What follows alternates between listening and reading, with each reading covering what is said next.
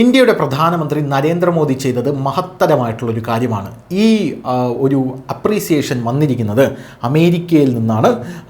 അമേരിക്കയുടെ മുൻ US NSA ആണ് അദ്ദേഹത്തെ പ്രശംസിച്ചിരിക്കുന്നത്. എന്തിനാണെന്നല്ലേ, ട്രംപിനെ നേരിടാനുള്ള ഏറ്റവും വലിയ മാർഗം അത് ഇന്ത്യയുടെ പ്രധാനമന്ത്രിക്ക് അറിയാമെന്നാണ് NSA പറഞ്ഞിരിക്കുന്നത്.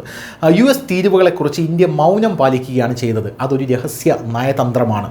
ഈ രഹസ്യ നയതന്ത്രമാണ് നരേന്ദ്രമോദിയെ ഏറ്റവും കൂടുതൽ ശക്തനാക്കുന്നത് എന്നാണ് ഇപ്പോൾ മുൻ NSA ഇപ്പോൾ പറഞ്ഞിരിക്കുന്നത്.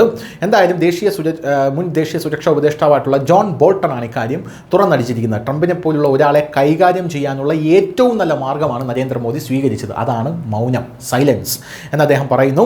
അമേരിക്ക ഏർപ്പെടുത്തിയ 50% താരിഫിൽ ഇന്ത്യ പുലർത്തുന്ന മൗനത്തെയാണ് മുൻ US NSA പ്രശംസിച്ചത്. US താരിഫിൽ ഇന്ത്യ മൗനം പാലിക്കുകയും രഹസ്യ നയതന്ത്രത്തെ ആശ്രയിക്കുകയും ചെയ്യുന്നത് ശരിയാണെന്ന് മുൻ US ദേശീയ സുരക്ഷാ ഉപദേഷ്ടാവ് ജോൺ ബോൾട്ടൺ അഭിപ്രായപ്പെട്ടു. ട്രംപിനെ പോലുള്ള ഒരാളെ ഇങ്ങനെ അല്ലാതെ വേറെ ഒരു തരത്തിലും ഒരു രാഷ്ട്ര നേതാവിനും നേരിടാൻ കഴിയില്ല എന്ന് അദ്ദേഹം പറഞ്ഞു. ഒരു പൊതു ചർച്ചയിലാണ് അദ്ദേഹം ഇക്കാര്യങ്ങൾ ഓർമ്മിപ്പിച്ചത്. നിങ്ങൾ ട്രംപിൻ്റെ താല്പര്യങ്ങൾക്കനുസരിച്ച് പെരുമാറിയാൽ, ട്രംപിനെ പ്രീതിപ്പിക്കാനായിട്ട് നിങ്ങൾ മുന്നോട്ടേക്ക് വന്നു കഴിഞ്ഞാൽ ഒരു പൊതു ചർച്ചയിൽ നിങ്ങൾക്ക് യാതൊന്നും തന്നെ ലഭിക്കുകയില്ല എന്നും ഇപ്പോൾ ബോൾട്ടൺ പറയുന്നു. 2 താരിഫ് പ്രശ്നങ്ങൾക്കും കശ്മീരിലെ ഭീകരാക്രമണത്തിന് ശേഷം ഇന്ത്യയും പാകിസ്ഥാനും ഇടയിൽ സമാധാനം സ്ഥാപിച്ചതിൻ്റെ ക്രെഡിറ്റ് ട്രംപ് ഏറ്റെടുക്കുന്നത് അന്യായമാണെന്നും US വളരെയധികം ആശങ്കയുണ്ടെന്നും അദ്ദേഹം പറഞ്ഞു.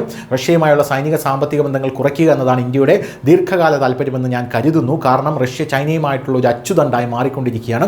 പുടിനും ഷീ ജിൻപിങ്ങും പരിധിയില്ലാത്ത പങ്കാളിത്തത്തെക്കുറിച്ച് സംസാരിച്ചിട്ടുണ്ടെന്ന് പറഞ്ഞ് ഇന്ത്യ റഷ്യയോടും ചൈനയോടും അടുക്കരുത് എന്നും അദ്ദേഹം ഒരു താക്കീത് ഇന്ത്യക്ക് നൽകുന്നുണ്ട്. News desk, news India Malayalam.